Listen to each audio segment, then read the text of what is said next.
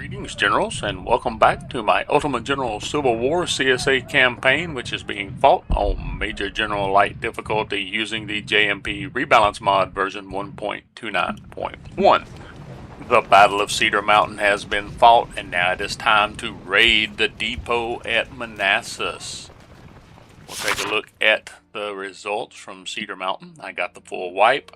Was a little outnumbered. I used kind of a double envelopment, sent 2 divisions up to the left, brought 1 division to the right, surrounded, and at the end of the battle I had them completely surrounded. A couple of routing units did leak out between my through my skirmishers at the bottom of the map, but we were able to run them down and force surrenders, and a lot of units surrendered, so my recovery was pretty good for this battle. Strangely enough, I got the full wipe and they still climbed a percentage. It's kind of weird. I had to put the career point into Army Organization. The career point for Manassas Depot is also going to go into Army Organization because I have to have 9 for second bull run. So the Army as rebuilt. Here is King's Corps, and it will be picking up another full division. I'll show you that one in a minute, but Jackson's division with Rhodes, Kershaw, and Ransom. Evans Artillery and Perrins. We got McLaws with Wilcox, Pickett, and Kemper with Buckley's Artillery and Perry's Rifles.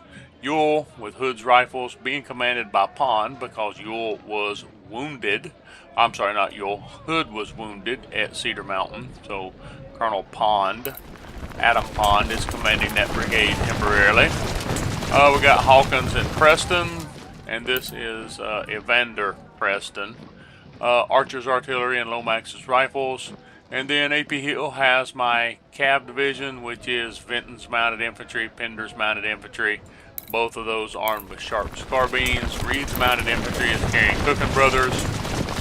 Stewart Scouts were being commanded by Tom Preston at Cedar Mountain. Preston also got wounded, so now they're being commanded by Cabell. Cabell commanded the pickets at it was Cabell's pickets at Cedar Mountain, but he got them to a star and got them good enough to maintain the star with a lower commander, so now I have assigned Vaughn. So Vaughn will stay the commander of these pickets going forward, so they are now Vaughn's pickets. Second Corps is continuing to fill out. It's getting there. I have Rowley's division, other Jackson. Remember, I have 2 Jacksons. Tyler's division and Fitzhugh's division, and oops, wrong one. And then Hill's Corps is kind of my reserve right now, and it's where I'm building. So Rowley's division is a different Rowley. Dan Rowley. This division will be the 5th division in Johnson's Corps, and then this division, Longstreet's division, is going into 1st Corps. So as soon as Manassas Depot is over, Longstreet's division will go into 1st Corps. That's 3,980 more men for 1st Corps, and that will be what I take into the Battle of Second Bull Run, hopefully with a little bit more veteran bump up to kind of increase their size, because we're going to be small right now. Even with Longstreet's Corps division coming over, it'll be under 20,000 men. I'd really like to be up at about 25,000 men, and same here with Johnson. But my brigades are a little bit smaller here in this Major General Light campaign than they were in the my Brigadier General Plus campaign. I did take the 14 pounder James rifles with the reputation buy points, gave them to Perrin's rifles, so now he has 14 pounder Jameses, and sitting right here waiting for me to take them will be 8 Blakeleys. There are also 915 Whitworths sitting there, and I would love to get those Whitworths in the hands of one of my brigades, but the trade-off there, the 915 Whitworths, let me see, what is in the armory? I might have to make a decision on Blakeleys versus Whitworths. See, there's only 148 more. So I don't have, even if I take all them, I really can't field them right now. So it's going to be the Blakeleys. Alright, so this battle here at Manassas Depot, you don't use any of your forces. It's all allied. So I don't have to do any setting up. We're going to see the numbers here. I have 14,000. 595. The Union is going to have 11,720. I'm going to be commanding Early and Trimble, and so we are going to start. It says you lead General Trimble's regiments. Attack and capture their supply depot. There is only a small garrison present, but the Federal Army is spread out in the wider area, so you should expect their reaction. General Early is marching with his regiments to support you in case of a counterattack. Hopefully our raid is going to shift their attention north away from our capital. Good luck, General. Alright, so they're already coming in.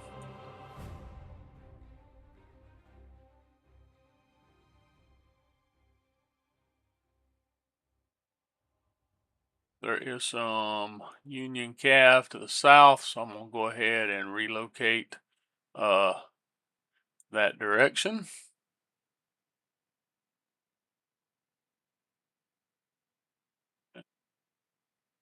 Other than I want to get Trimble here.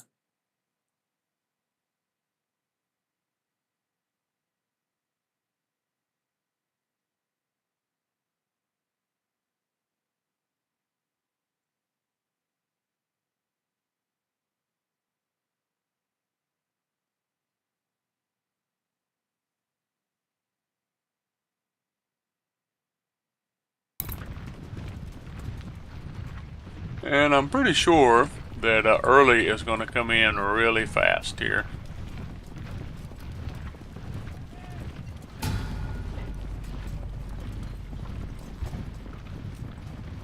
Yep.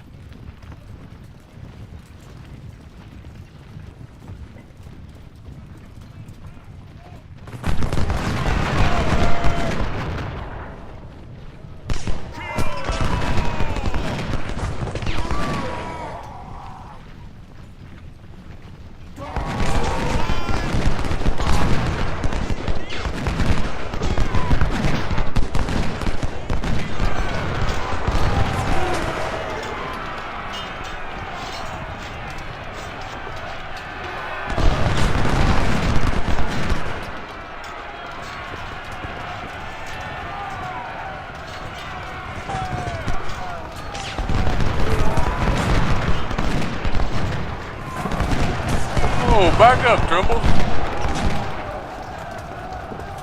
Get out of there, Trimble.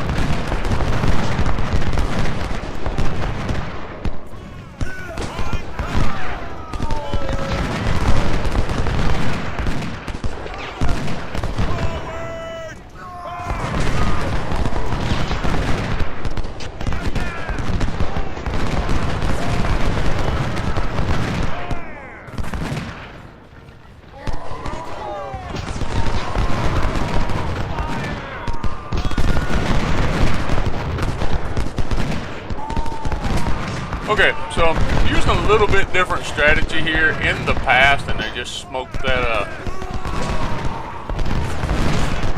I have run out there, and they actually have melee perks, even though they're not a melee unit.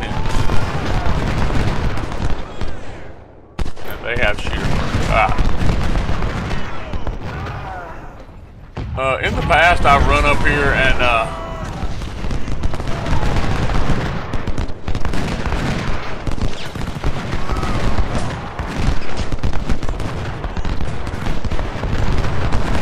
taken both of those victory points like almost immediately.